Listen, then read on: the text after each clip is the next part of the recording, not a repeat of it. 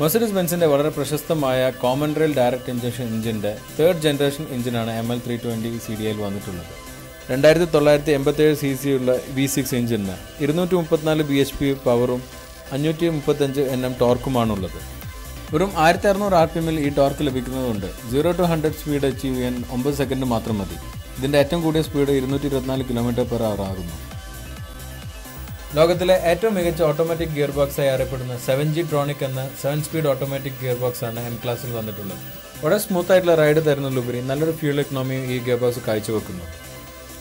ഈ M class ഞങ്ങൾ test drive ചെയ്തപ്പോൾ 10 കിലോമീറ്ററാണ് ശരാശരി മൈലേജ് ആയിട്ട് റെക്കോർഡ് ചെയ്തിട്ടുള്ളത്.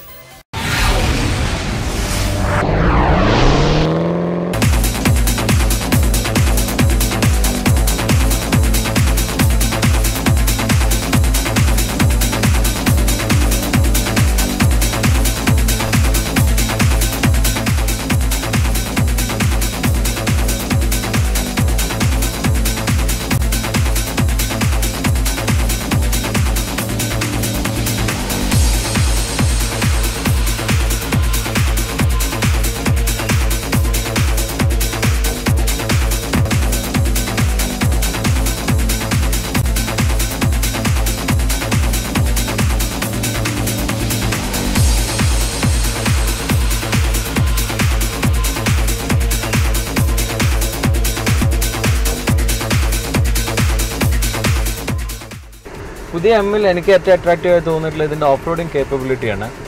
തൻ്റെ കോമ്പറ്റീറ്റേഴ്സ് X5-നേക്കാളും പിന്നെ Audi Q7-നേക്കാളും better off roading performance M ക്ലാസ്സിന് കാഴ്ചവെക്കാൻ പറ്റുന്നുണ്ട്. ഇത്രയും ഓഫ് റോഡിങ് ചെയ്തിട്ടും വളരെ സസ്പെൻഷൻ എല്ലാം തന്നെ വളരെ സോഫ്റ്റായി ആയതുകൊണ്ട് നമുക്ക് ഒരു ടയർഡ്നെസ് തോന്നുന്നില്ല. അതിന് പുറമെ നല്ല സ്പോട്ടി ഫീലും നല്ല സ്പോട്ടി ഓഫ് റോഡിങ് ചെയ്യാണെന്നുള്ളൊരു ഫീലും നമുക്ക് ലഭിക്കുന്നുണ്ട്. ഇതെല്ലാം തന്നെ ആയിരിക്കും M ക്ലാസ് ഇന്ത്യയിൽ അത്ര അട്രാക്റ്റീവ് ആയിട്ടില്ലെങ്കിലും യൂറോപ്യൻ കൺട്രീസിലും മറ്റ് അമേരിക്കൻ കൺട്രീസിലും എല്ലാം തന്നെ മുമ്പത്തേക്കാൾ M ക്ലാസിന് സെയിൽ വർദ്ധിച്ചിട്ടുണ്ട്.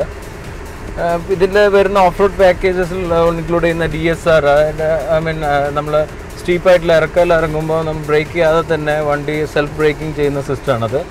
ഡീസൻറ്റ് സ്റ്റെബിലിറ്റി റെഗുലേഷൻ എന്ന് പറഞ്ഞ സിസ്റ്റം അതെല്ലാം തന്നെ നമുക്ക് ഓഫ് റോഡിങ് ചെയ്യുമ്പോൾ നല്ല കോൺഫിഡൻസ് നൽകുന്നു. പിന്നെ എത്ര മോശമായ റോഡിൽ പോകുമ്പോഴും എയർമാറ്റിക് സസ്പെൻഷൻ ആയതുകൊണ്ട് നമുക്ക് അധികം വല്ലാണ്ട് ഒന്ന് ടയർഡ്നെസ് തോന്നാത്ത വിധം സസ്പെൻഷൻ കൺട്രോൾ ചെയ്യുന്നു. അധികമൊന്നും ഉള്ളിലേക്ക് ഇതിൻ്റെ റോഡിലെ പ്രതലങ്ങളൊന്നും നമുക്ക് ഏൽക്കാതെ തന്നെ നമുക്ക് കുറച്ചുകൂടി കംഫർട്ടബിൾ ആയിട്ടുള്ള ഡ്രൈവ് നൽകുന്നുണ്ട്.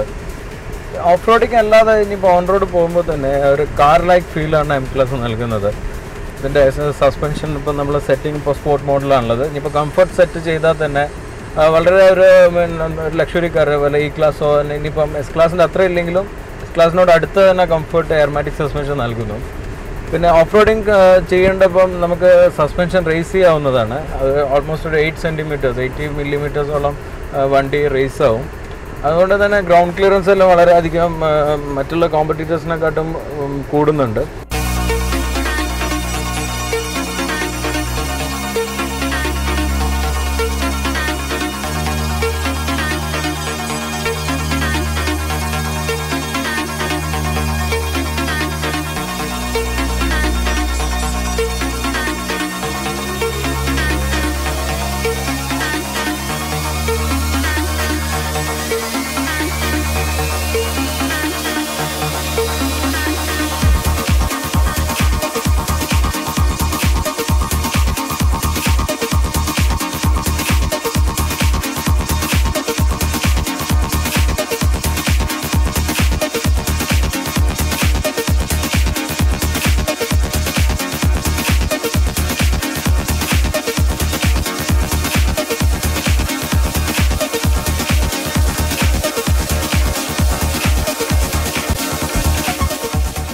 Wow, what a perfect off-roading.